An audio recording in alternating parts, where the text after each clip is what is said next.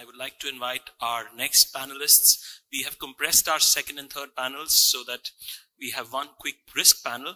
So let me introduce today's moderator, Giorgio Rutelli, who is the Deputy Editor-in-Chief of ADN Kronos. And our panelists are Dr. Manish Chand. Let me just check my... Okay, will you take it from here? Okay, Giorgio, I'd hand it over to Giorgio.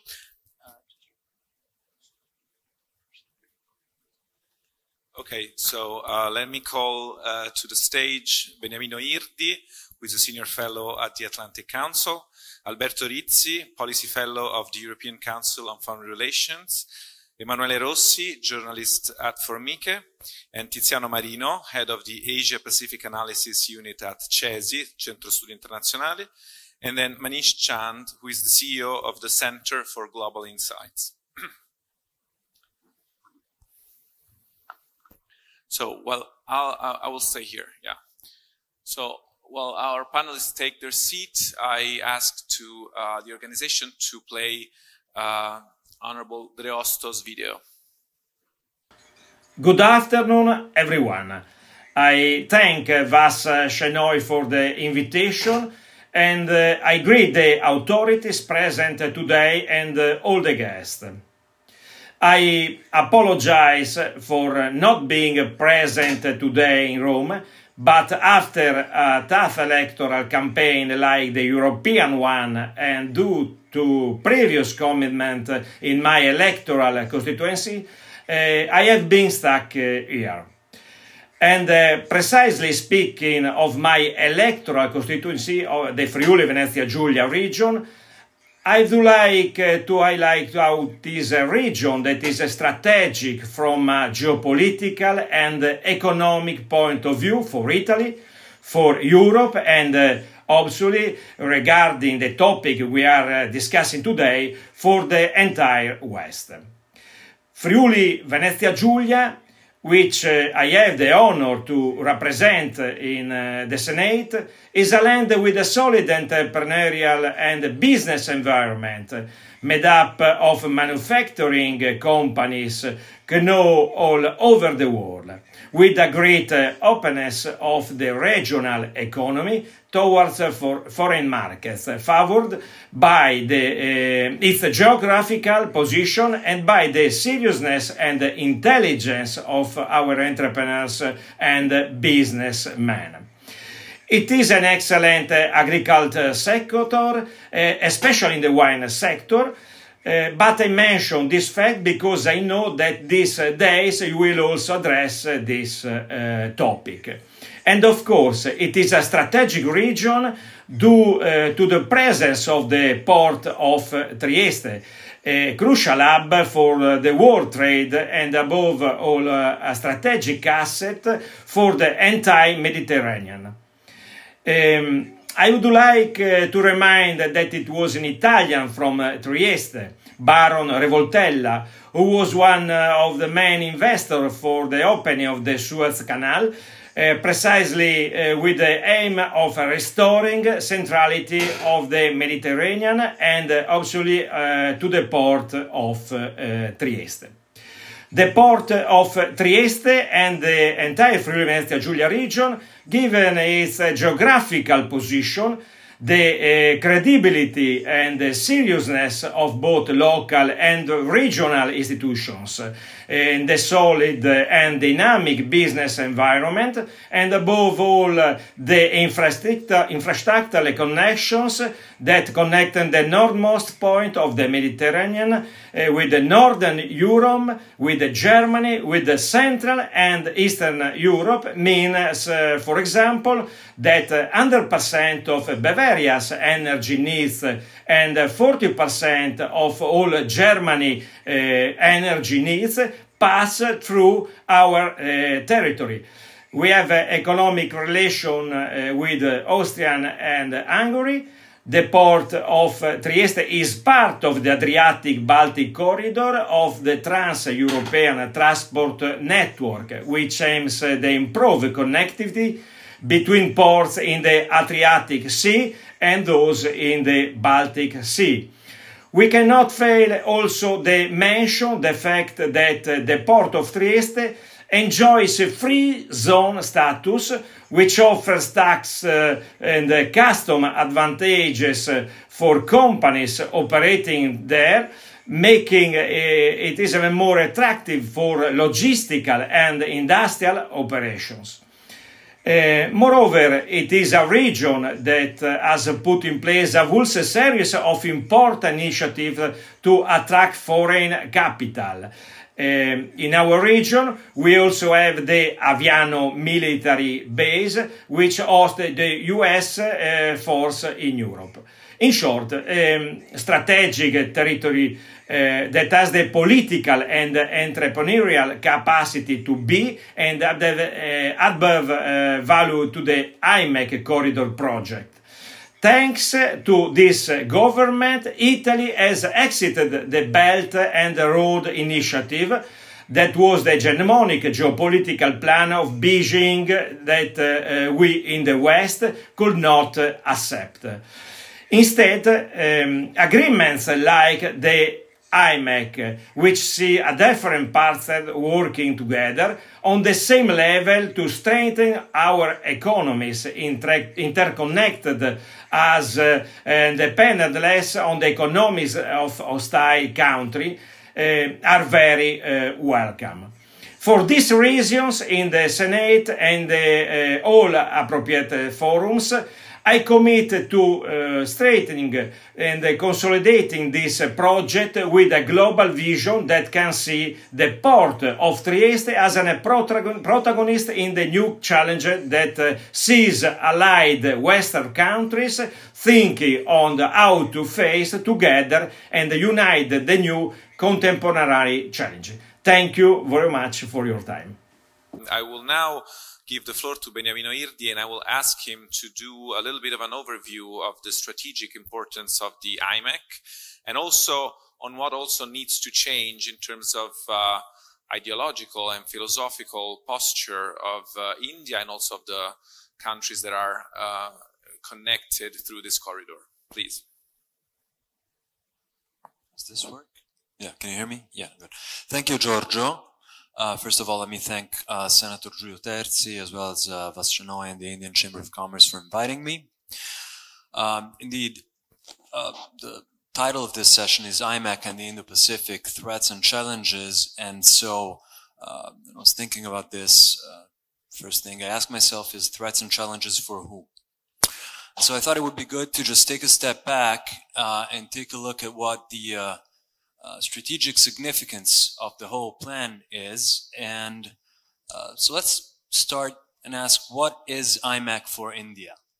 I think it's three things. So number one, it's the historic acknowledgement that it is time to convert the country's economic rise into a strategic projection that goes beyond its region. By 2030, India's GDP will be second only to that of the USA and China, with a workforce of over 1 billion, making it the world's largest powerhouse.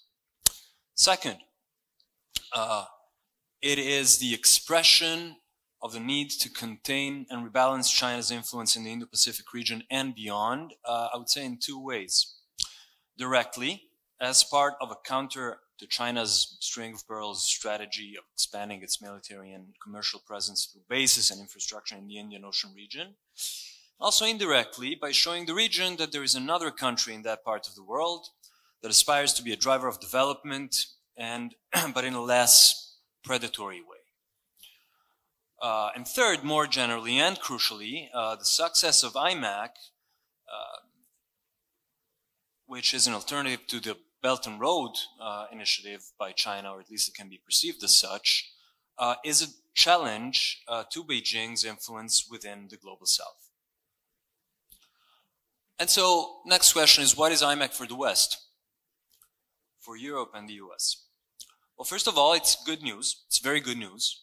For all the reasons I just mentioned, IMEC is an opportunity for the West to counter the rise of Chinese influence in all the regions that the plan touches upon.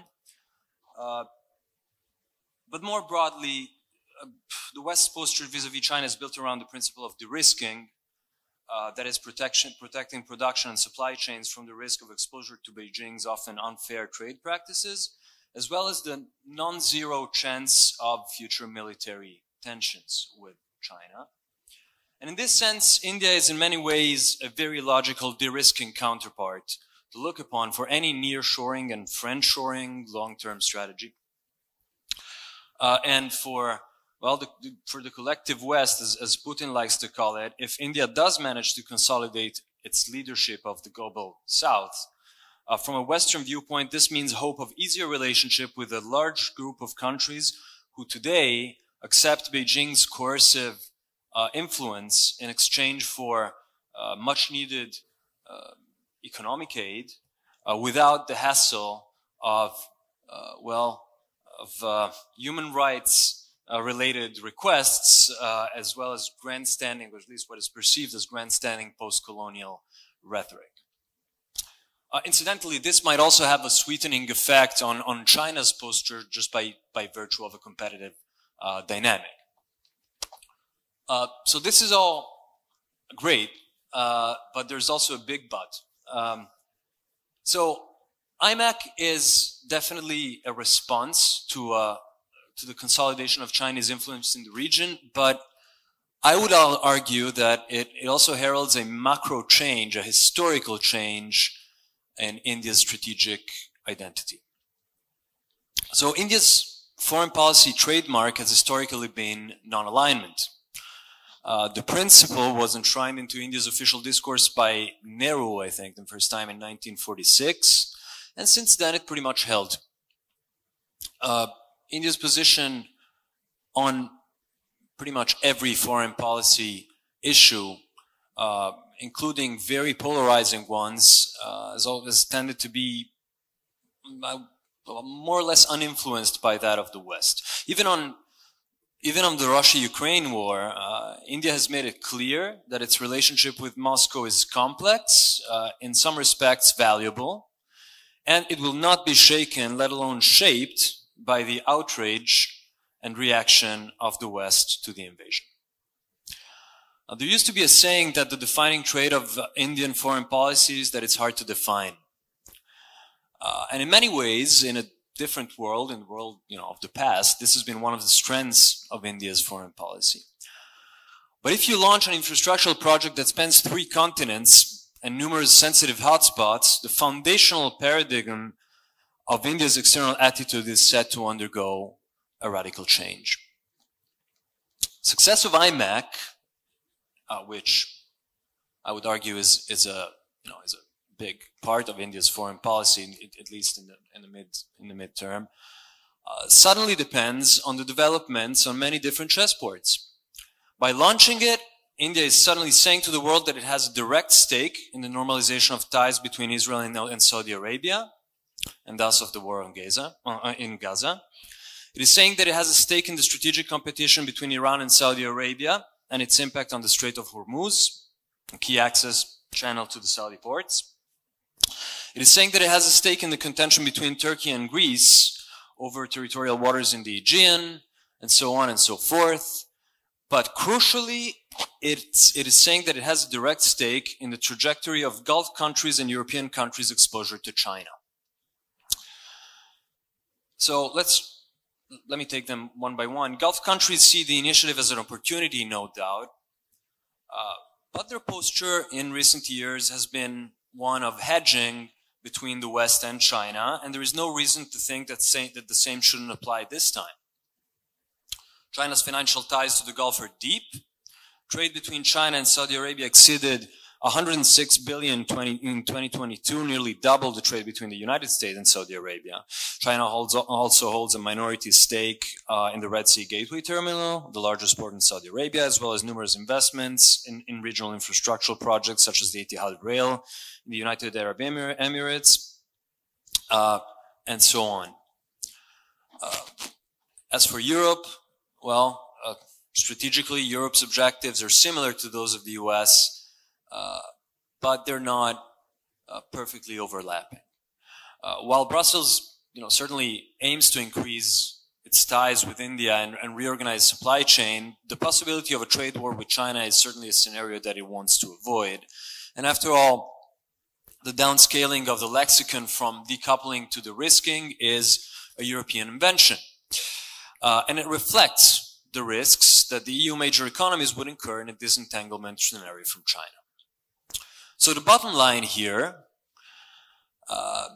is that containment of and diversification from China is the natural driver of strategic convergence between India and Europe. This has been said before this morning.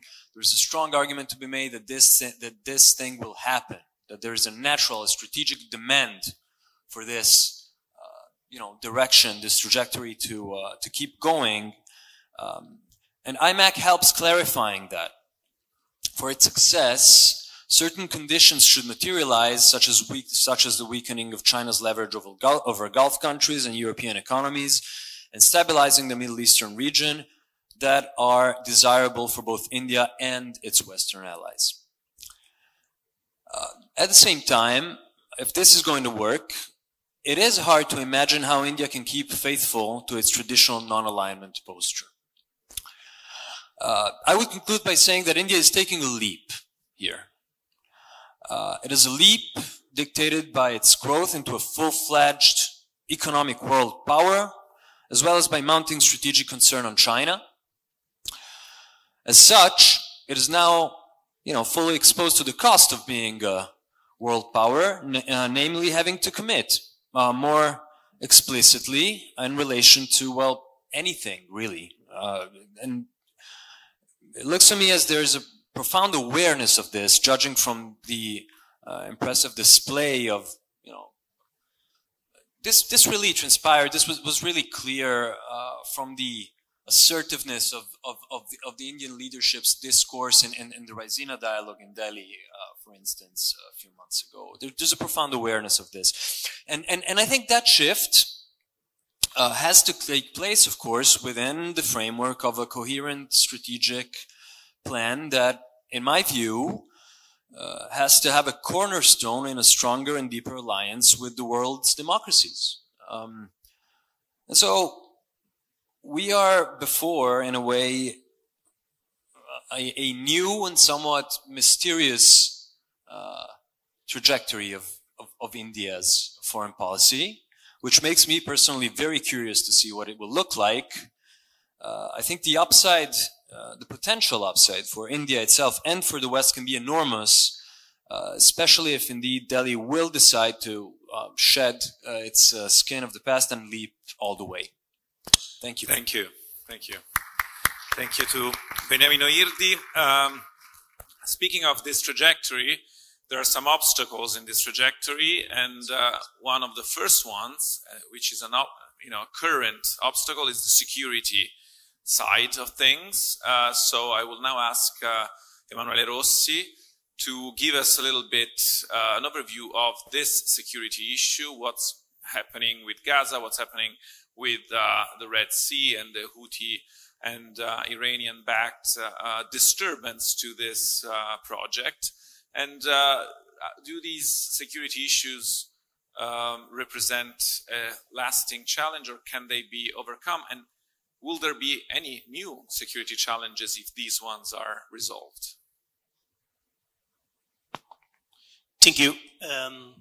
Let me join the thanks to Vas Shenoy, to the Senator Terzi for the organization of this day. I think it's Sunday, is in June, but is always a good moment to talk about this crucial issue. Today is becoming clear a concept that is as intuitive as crucial for Italy. What the Italian doctrine once called the larger the Mediterranean now extends to the shores of the Indian Ocean. In this expanded geostrategic landscape that we call it the Indo-Mediterranean, part of Italy's future is at stake. It's easy. If Rome aspires to be an active player in the Indo-Pacific region, it must play a decisive role in its westernmost portion, the Indo-Mediterranean indeed.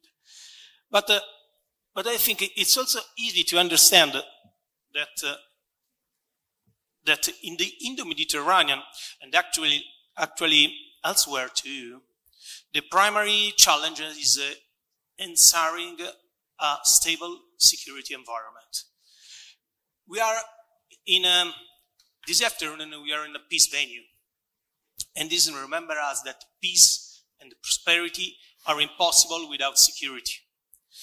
Going on the focusing on IMEC, we can say the project is crucial because it materializes the geostrategic construct of the Indo-Mediterranean. So let me underline the significance of security in this context.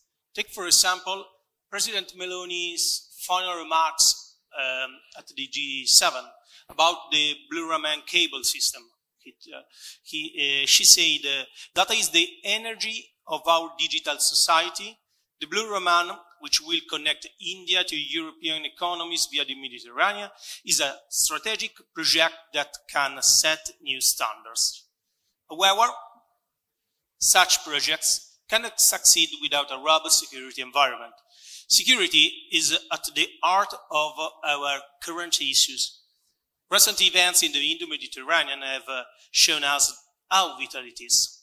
Routes connecting Asia with Europe have been compromised or destabilized, actually, by Houthi attacks, demonstrating how non-state actors can destabilize key global trade routes and internet connection too, as seen with the recent undersea cable incidents. We face a tier one security problems that require immediate tactical solution. Ships traveling along the Red Sea corridor are under constant threat from the Houthis, who have demonstrated their capability to disrupt even IMEC routes with Iranian-supplied weapons. Past years, in fact, they attacked Saudi Arabia and the United Arab Emirates. And this is a great risk for IMEC, great risk for Indo-Mediterranean region. So the urgent point here is to address these threats before they escalate into strategic issues. The links between Europe and the Indo-Mediterranean are currently vulnerable to insurgent groups with view of the war based on the rule of force. It's impossible.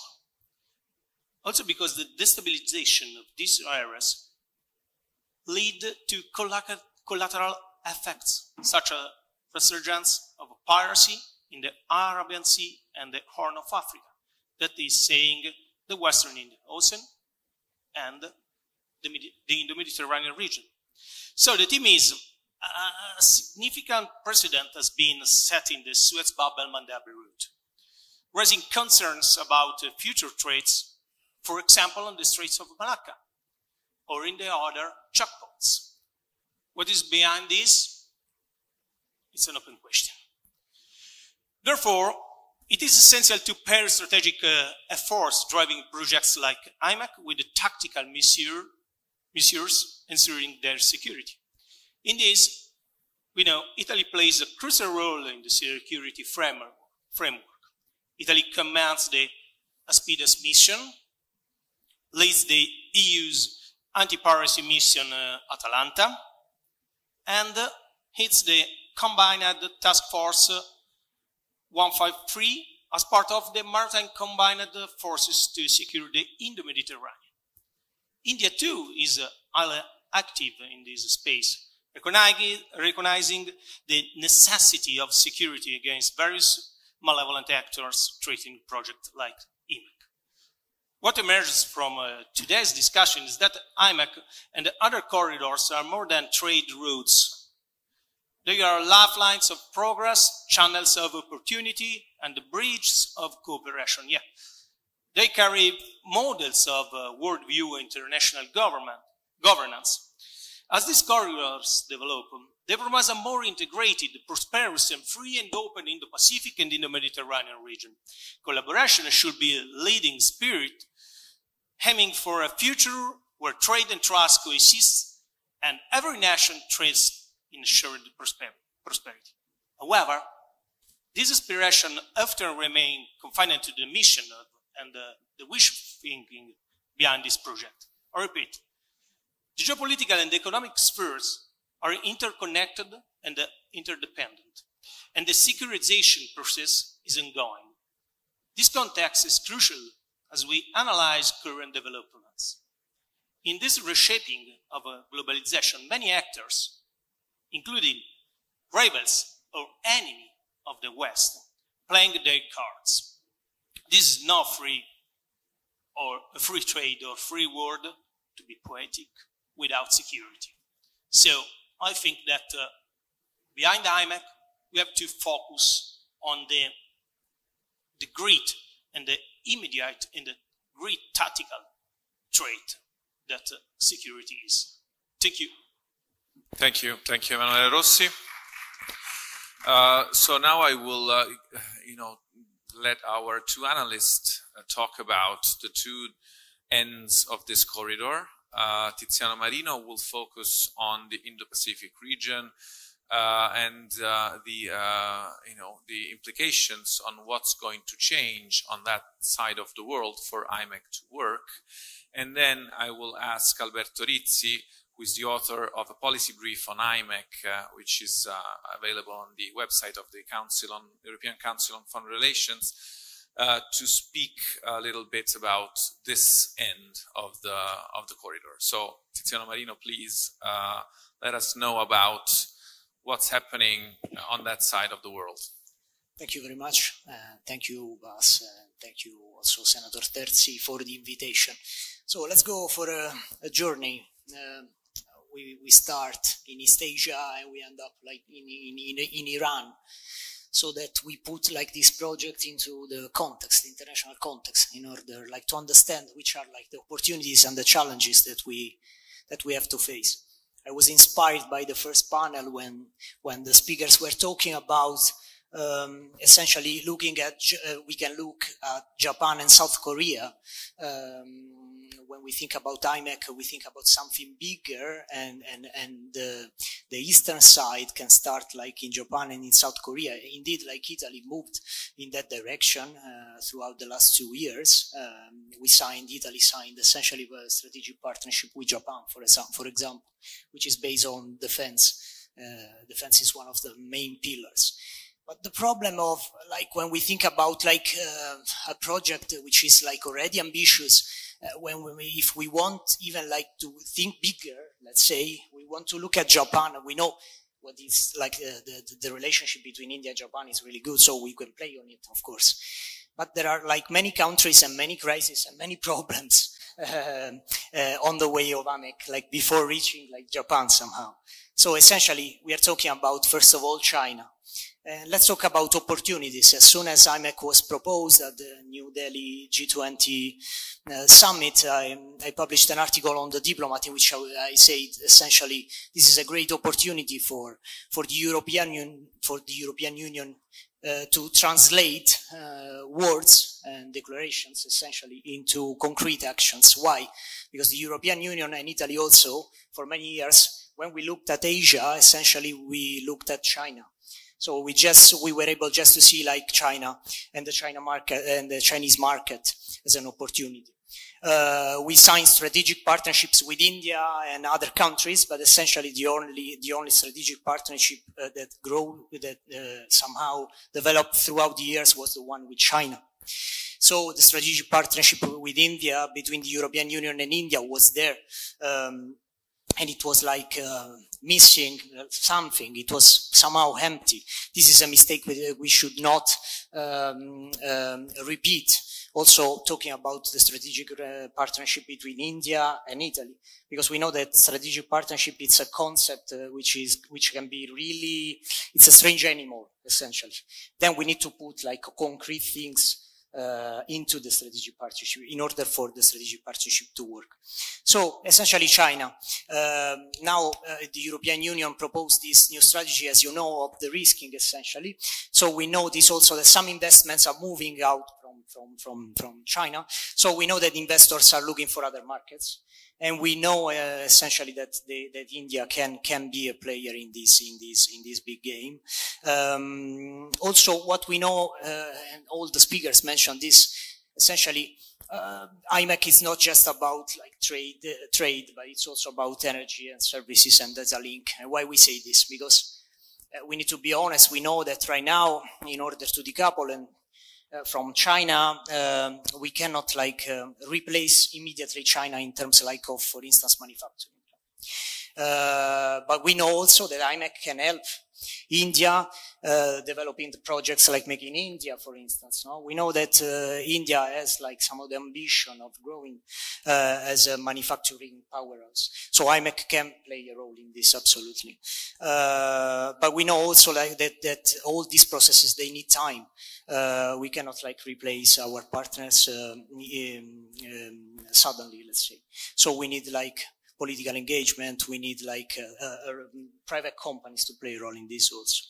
So let's move from China, and we reach essentially Southeast Asia, ASEAN countries. What we think as Institute always, we need to understand what the other actors, what they think, which are their goals, in order to understand how to approach them, or even like to avoid that they play a role in like trying to block our projects and our ambitions. So what we know about ASEAN is essentially that many countries there fear to be trapped in this big game, in these tensions between China and the United States. So we know that there is Malacca, the center of the region, and countries like Thailand are developing projects which are really interesting and can be part of the strategic reasoning, of the strategic context of IMEC. I'm talking about the Thai Canal, for instance. So there is a problem of diversification trade routes in Europe, in the Indian Ocean, but of course there is this problem, a similar problem also in Southeast Asia. So we need to understand like what kind of projects these countries are promoting in order to link IMEC to these projects essentially. And also when we talk about crisis, we know that in the Bay of Bengal the situation is complicated. In Myanmar we have a civil war which reached essentially Sitwe, port in which India has a state, no, essentially. So I mean, there are also like countries that can pose a threat to this project or development that we have to follow. So for instance, this civil war, it's part of the elements that we need to understand and we need to follow. Then we go to the Indian Ocean essentially. And in the Indian Ocean, we notice something that we discussed many times with Vas, like there is a sort of battle of ports. So in order to develop IMEC, I say it like clearly and straight, we should back India in the battle of the ports, which is going on like in the Indian Ocean. Many things are going on there. I'm talking about Hambantota, I'm talking about ports in Sri Lanka, things that you know better than me, the Andaman and Nicobar Island projects. So if we don't somehow back and help India in this game, then it will be really hard for us to talk about an IMEC which starts in Italy and ends up like in Japan. This is also like something that we need to take into account. And moving west, like then we reach essentially like Iran. We know that India and Iran signed sort of agreement, a memorandum of understanding, something like that, on the Chabahar port, which is really close to the Gwadar port. I mean, when we talk about the criticalities of IMEC, we need to talk about this essentially. So what we need to understand is also like, what is better for the Euro-Atlantic bloc? Is better to have India in the Chabahar port, or to have like other actors? Because what we noticed as analysts studying China throughout the years, for instance, is that like when you leave a space empty, when there is a space that you don't somehow, when you don't engage actors, or when you leave a space, then the others, they arrive. In Africa, it's a perfect example of this. So essentially, we need to understand that there are many actors along IMEC. And all the actors that my colleague will touch upon some of them, no? Turkey, Egypt also. All the actors that we don't take into account when we think about the project, there will be other actors, and essentially I'm thinking about China, they will think about going there and trying to develop something there. So these are essentially like the criticalities that we need to think about. Thank you. Thank you very much. So Alberto Rizzi, author of this policy brief. In the policy brief, you talk about the countries that inside a possible IMEC corridor are, not fighting yet, but they are moving towards gaining grounds in this project. And you quote France, who has created an envoy on IMEC. You quote Greece, who has its prime minister, Mitsotakis, who is very active in order also to shift its country's stance towards China. But then there's also the actors in the middle of this corridor who are touched by it, but maybe at a disadvantage when this corridor, gains ground, which are, for instance, Egypt, which of course has a lot to gain from Suez, gains a lot from Suez revenue. But then there's also Turkey, who is in a position in which that would be probably weakened by an IMEC corridor. And then there's the situation on the ground with countries like Jordan that would have to be a link between Israel and Saudi Arabia.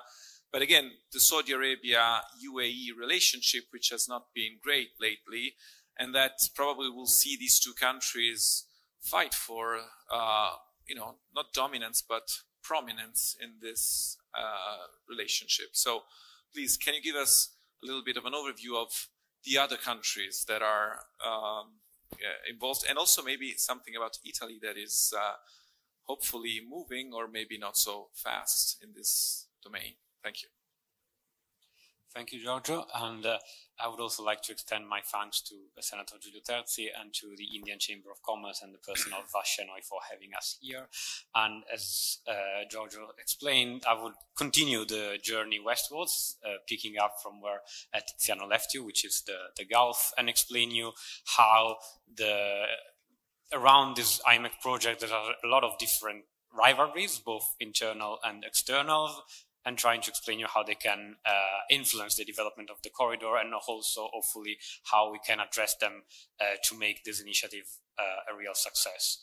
And the most striking feature perhaps of IMEC, when you look at the signatories of the memorandum and all the other countries involved, there's a lot of differences between the participant countries, and why they all share an interest in developing this route. They come from very different ambitions and positions, and we have to navigate through them and find the rightful common ground in order to make it work. And starting from the Gulf, what we see is that with the economic transformation that is taking place among Gulf cooperation countries, and most importantly Saudi Arabia and the United Arab Emirates, there's also a new competition for geoeconomic leadership and for the country that is leading this transformation from purely fossil fuel-based economy towards an international trade, economic and digital hub. And here what we were looking at is that both Saudi Arabia and the UAE view IMEC as a extremely powerful enabler of this economic transformation, and as a project that would allow them to be central in new energy trade, not just fossil, but hydrogen and renewables, and also in the future of telecommunications and commerce. What the other side of the coin here is that they both see this project increasingly as a zero-sum game, and each of the two wants to promote its own ports as terminal, its own standards, and its own position as the main trading hub of the Gulf, to the detriment of the other one. And that is a key issue if you want to develop a corridor, because corridors are effective when there is integration and where possibly you develop a network, not just one single entry point and the route, but a network that includes neighboring countries. And here it's important to make sure that the integration of railways in the Gulf, which is one of the main points of IMEC proceeds.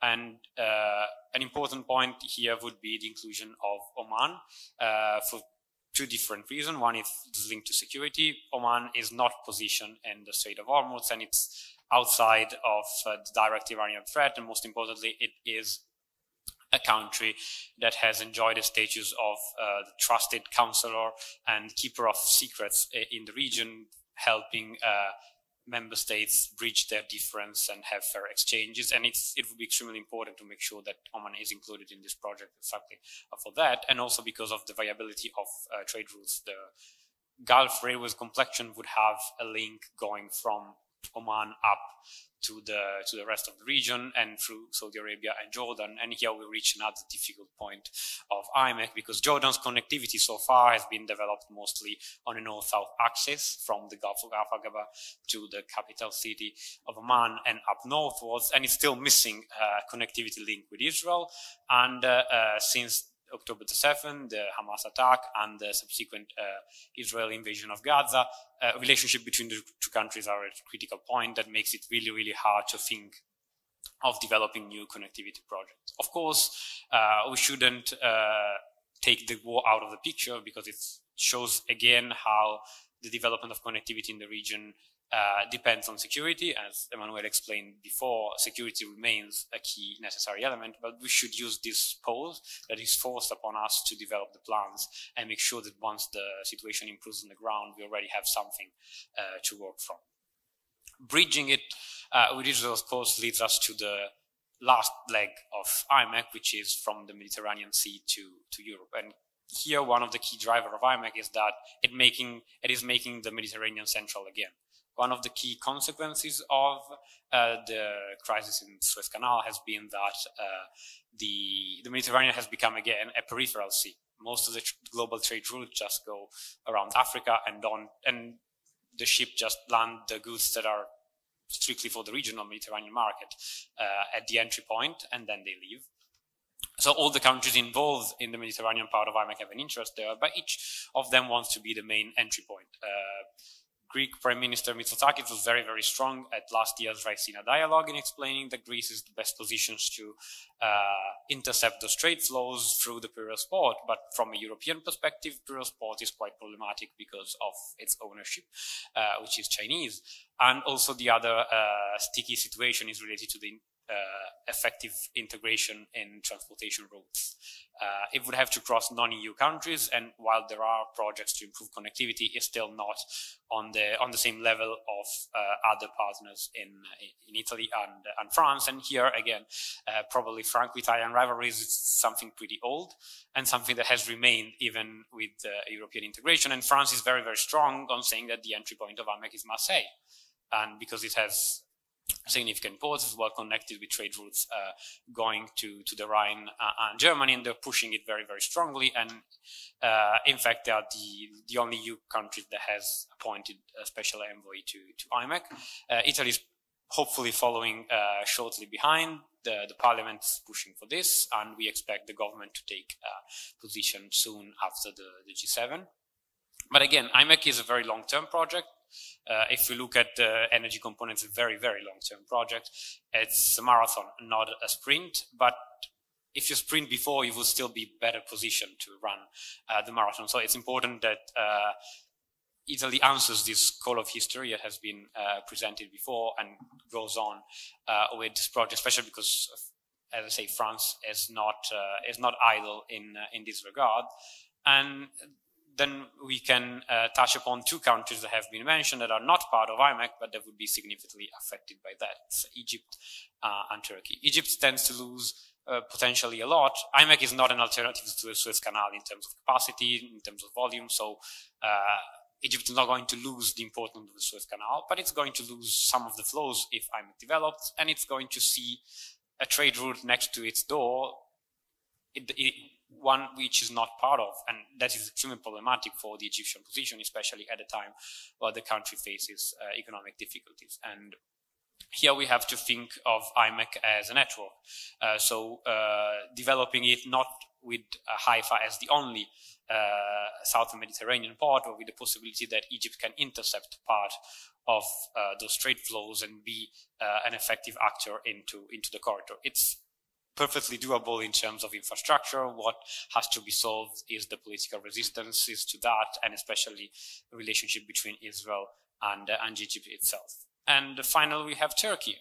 President Erdogan has been very, very vocal against IMEC and explaining that there is no connectivity project without Turkey. And partially as a response to that, is developing a different trade route from the port of Basra up to Iraq, and then from Turkey to Europe.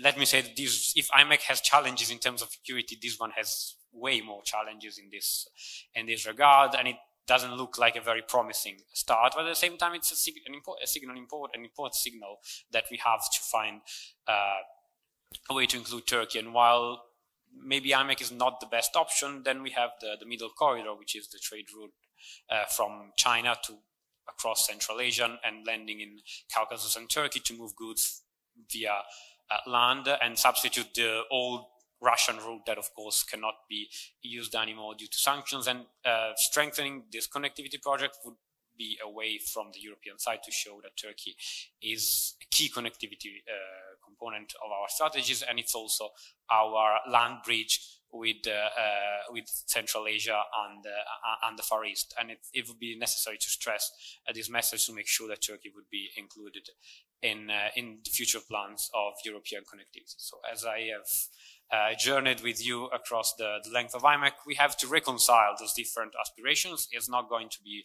particularly easy and would involve a lot of both diplomatic work and more practical work on the infrastructure itself. But in order to make this country a success, we cannot have excluded powers. And from the European side, very last point, we shouldn't think about it as a zero-sum game. Both France, Italy, and Greece should all be part of IMEC, because diversification is what makes successful. If one leg doesn't really work, it's experiencing disruption, then we have the others. And it has been said, IMEC is a European project, so it's not a zero-sum game. Everybody has to gain and everybody has to be included. Thank you. Thank you. Thank you to Alberto Rizzi, and I'm very happy to leave the floor to Manish Chand. He's the CEO of the Center for Global Insights, and he's fresh from Apulia. He's joining us after having participated at the G7 summit. So we will ask him two things, to talk about India in this IMEC context, but also to tell us a little bit of what he could grasp at the G7 in terms of perspectives, in terms of relationship between India and Italy, and in general, the role of India among the great powers game that is growing definitely, and is looking for a new, future. Thank you. Thank you. Good evening, buonasera. To begin with, let me thank my esteemed friend Vas Shenoy for inviting me and to share my perspective on this. And thank you to fellow panelists, because being the last speaker on the panel has its advantages. A lot of things have been said, so I'll only focus on areas where I feel I can provide some fresh insight. So, ladies and gentlemen, friends, I was in Puglia for the G7 summit, and Prime Minister Narendra Modi was participated there. In barely less than 24 hours, he not only spoke at the G7 summit, but he met around 10 leaders, held bilateral meetings with half a dozen of them. And imagine back-to-back meetings, and a lot of pull-aside meetings. So it was a day which is essentially June 14th.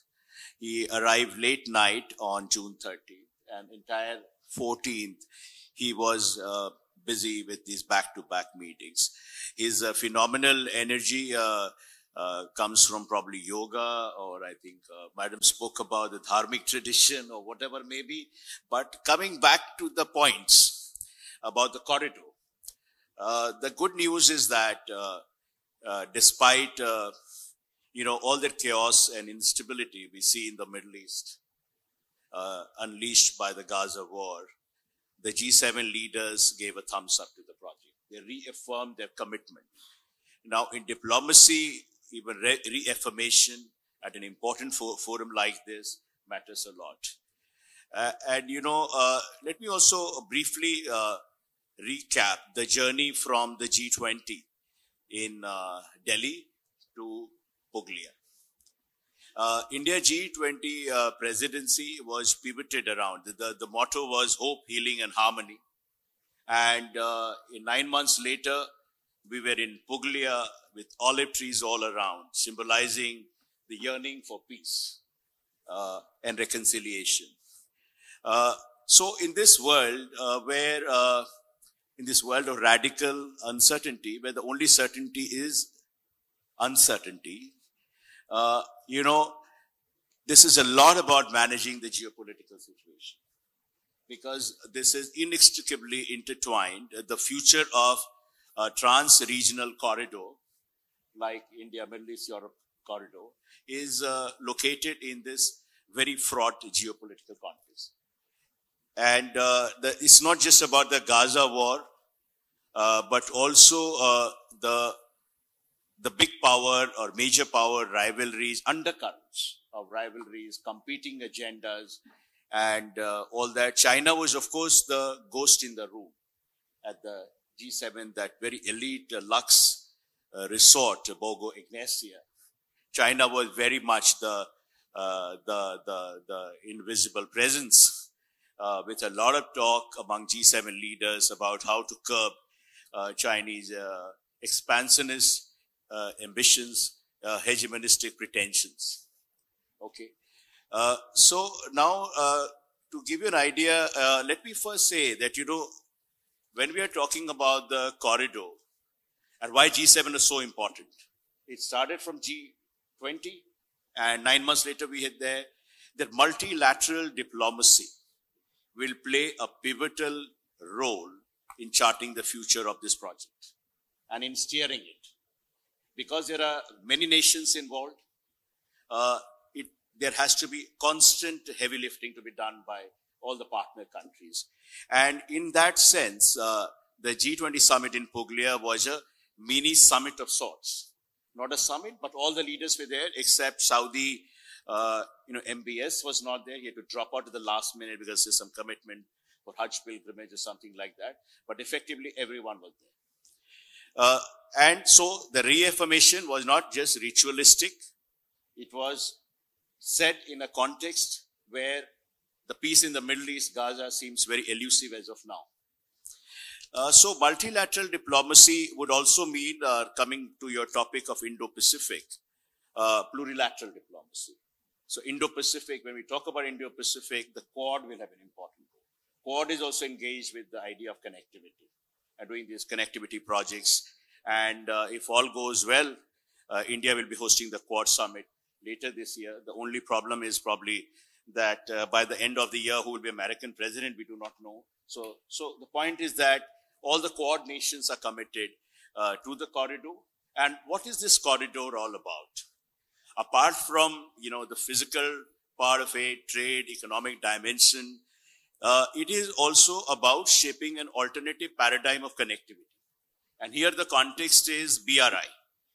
India has always, defiantly, India has always stood out and said that, we oppose BRI for these reasons, that it is opaque, it lacks, it is not financially sound, lacks fiscal prudence, accountability, and all that. And so India is basically pitching for an alternative paradigm of rules-based connectivity that is transparent, that respects national sovereignty and integrity. And here in this context, in a few, 2 weeks down the line, Prime Minister will be going to Kazakhstan, Prime Minister Modi, and there will be a CO summit, where again an alternate connectivity will be pushed forward by China. And it has been doing it consistently in the SCO, because SCO is essentially China's show. And the only exception, there is in all the joint declaration, all the countries supported BRI except India. So this has to be seen in that context. That is not just about trade and economics. For India, it's a principled, it's an articulation of principles. And not just India, it's shared by like-minded countries who are part of this project. This is the second point. And when we are talking about, also you have to understand this corridor symbolic value. Of course, it connects continents, disparate geographies, but it is also a bridge between the north and the south, so to speak. Because the ripple effect, there are already south countries in there as partner. There are leading European countries there who are part of it. And in this context, you were asking me about India's role. So let me give you the takeaway from the Puglia summit, and many of these multilateral outings I've attended in the past few years, that India is positioning itself as a leader of Global South, what in our own idiom we say, Vishwa Mitra. What means is that friend to the world. Earlier, we were projecting ourselves as Vishwa Guru, which means, leader of the world.